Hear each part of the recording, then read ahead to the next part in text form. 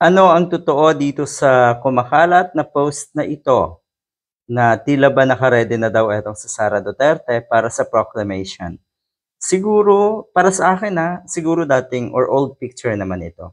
Pero siyempre, ito yung napi-picture din ng mga DDS na magiging itsura ni Sara Duterte sakali man o sakali nga na siya ay iproklama. Saan?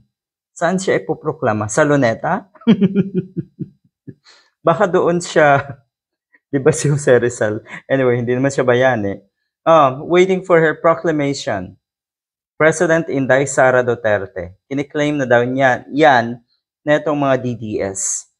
Ganyan po kayo kauto-uto, ganyan po kayo, ka-gullible, ang dali niyong maniwala sa mga sinasabi ng mga nasa paligid netong mga Duterte, lalo na po yung mga personalidad at mga nasa social media, 'di ba? Ang lala. Si Sara Duterte ay isa sa mga nagsalita. Una si Saldico, yun na nga, si Sara Duterte may pahayag na tila ba umaasa na yun ang mag-i-ignite lalo sa galit ng mga kababayan natin para patalsikin na ang nasa Malacanang. Totoo naman, lalong nagalit yung mga DDS. Pero nagalit sila sa mga nang walang kadahi-dahilan. Nagalit sila sa mga kalokohan ng kapwa DDS din. Nagalit sila dahil sa mga kasinungalingan ng mga vlogger na DDS din. Yun ang totoo. At yung galit nila sa nasa Malacanang, nako, hindi naman malaking puwersa yon para maging sapat or para hindi sapat yon para mapababa ang nasa Malacanang, ang Pangulo. Ayan.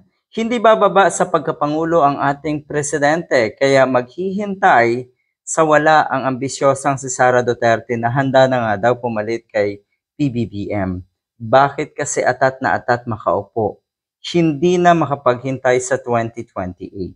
Siguro kasi iniisip nila pagdating ng 2028, lalong masisira siya. Kasi ngayon, alam natin na bagsak na. Ang mga naniniwala na lang po sa kanya ay yung mga uto-uto, yung mga baluktot na rin ang kaisipan ng mga DDS. At take note walang power yung mga ganun.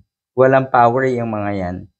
Marami siguro mga anomalya at korupsyon ang mga Duterte at kanilang mga kaalyado. Kaya eto at gusto nang umupo para mapagtakpan at mailigtas ang mga kaalyado niya na pinaiimbestigahan ngayon ng Pangulo. Yun ang totoo. At isa nga doon, ang sarili niya mismo, etong si Sara Duterte sa tingin ko,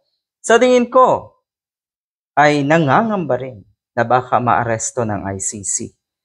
Baka bago magkapaskuhan, kasi ang sinasabi, maraming makukulong, maraming magpapasko sa kulungan ng mga kaalyado ng mga Duterte. Good luck!